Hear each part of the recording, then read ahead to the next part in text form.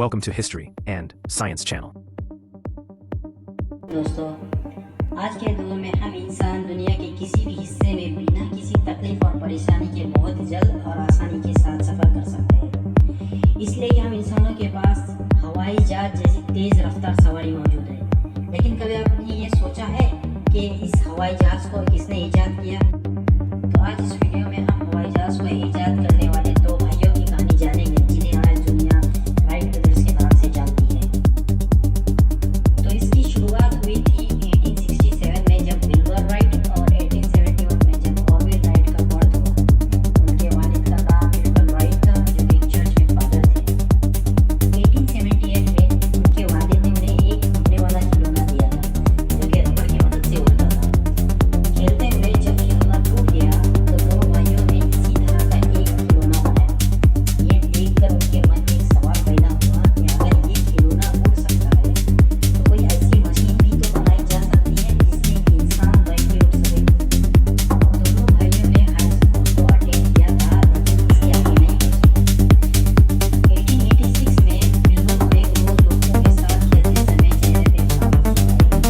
इसका नतीजा ये निकला कि उसके सामने के दांत टूट गए।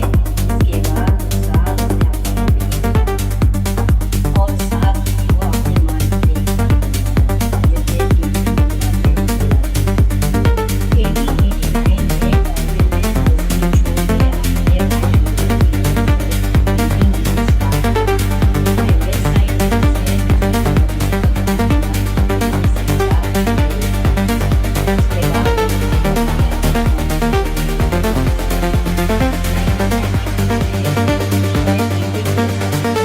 अपने मालिक से जो थे कि 1889 में दोनों भाई बहुत मेहनत से साइकिल बनाते और साइकिल भी शहर में बहुत तेजी के साथ बिक जाती थी।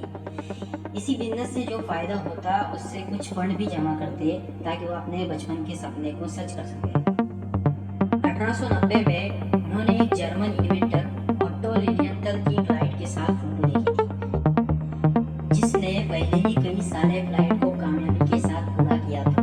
दोनों भाई इससे काफी मुतासिर थे, मगर इत्तेफाक से उसकी मौत 1896 में ग्लाइडर के एक्सीडेंट से हुई थी। इसी को ध्यान में रखते हुए दोनों भाइयों ने कुछ सालों में काफी सारे रिसर्चेस किए। 1900 में दोनों भाइयों ने सबसे पहले एक ग्लाइडर बनाया और उस ग्लाइडर को लेके एक इंडिया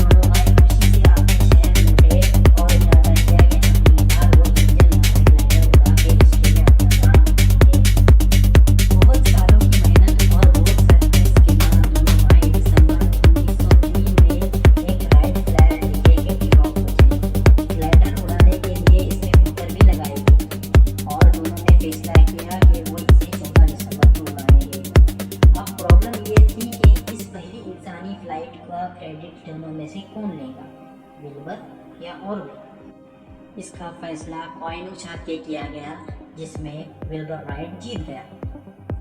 विल्बर ने उड़ान भरते समय एक गलती कर दी, जिसकी वजह से फ्लायर का कुछ हिस्सा डैमेज हुआ।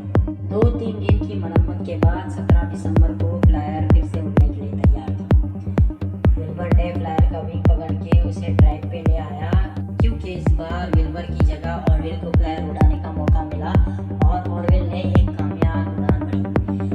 एयर उड़ान के मौके पे ही ऐतिहासिक फोटो भी ली गई। फ्लायर ने 12 सेकंड तक उड़ान भरी और 120 फीट का फासला भी तय किया। उस दिन दोनों भाइयों ने टोटल 4 उड़ान भरी। आखिरी उड़ान विल्बर ने उड़ाई, जो कि 59 सेकंड की सबसे लंबी उड़ान थी। इसे विल्बर 852 फीट की दूरी तक ले गया। लेकिन चौथी उड़ान के बाद कुछ यूं हुआ कि हवा बहुत तेज हुई और फ्लायर कहीं दूर जा गिरा।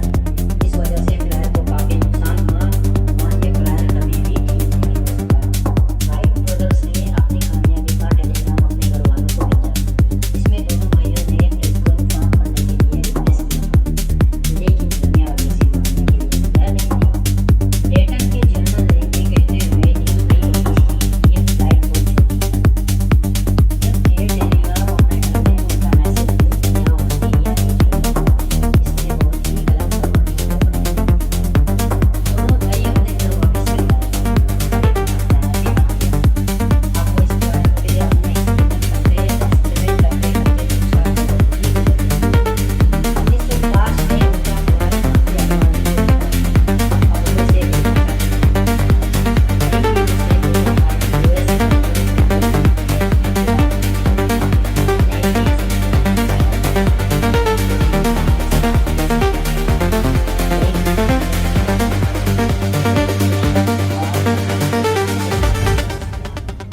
अब दोनों भाइयों ने अपना पूरा अटेंशन यूरोप की तरफ किया, खास करके फ्रांस की तरफ, जहाँ पे इसका काफी बलवाला था।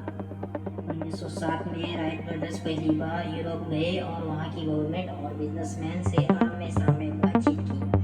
जाने से पहले ऑरविल ने अपना नया बनाया हुआ मॉडल ए फ्लायर फ्रांस शिफ्ट कर दिया था, ताकि वहाँ पे मुजाहरे कर सके। 1908 में दोनों भाई कैटी हॉक वापिस आए और दोनों अपने 1905 के फ्लायर पे प्रैक्टिस करने लगे। इस बार फ्लायर में मॉडिफिकेशन भी किया गया था। उस वक्त तक ये न्यूज़ बहुत सारे लोगों तक पहुंच चुकी थी। जब ये बात न्यूयॉर्क न्यूज़पेपर को पता चली, तो उसने अपने कुछ रिपोर्टर्स को कैटी हॉक भेजा, ताकि वो इस बात से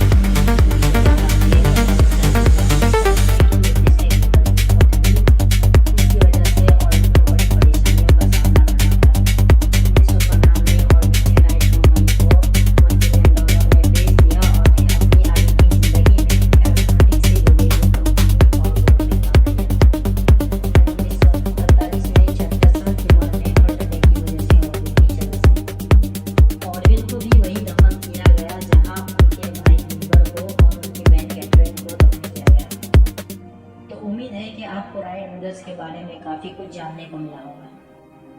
अगर वीडियो अच्छा लगा तो प्लीज़ इस वीडियो को लाइक कीजिए, शेयर कीजिए और मेरे चैनल को सब्सक्राइब भी कीजिए। साथ ही बेल आइकन को भी दबाएं ताकि कोई आने वाली वीडियो मिस ना हो।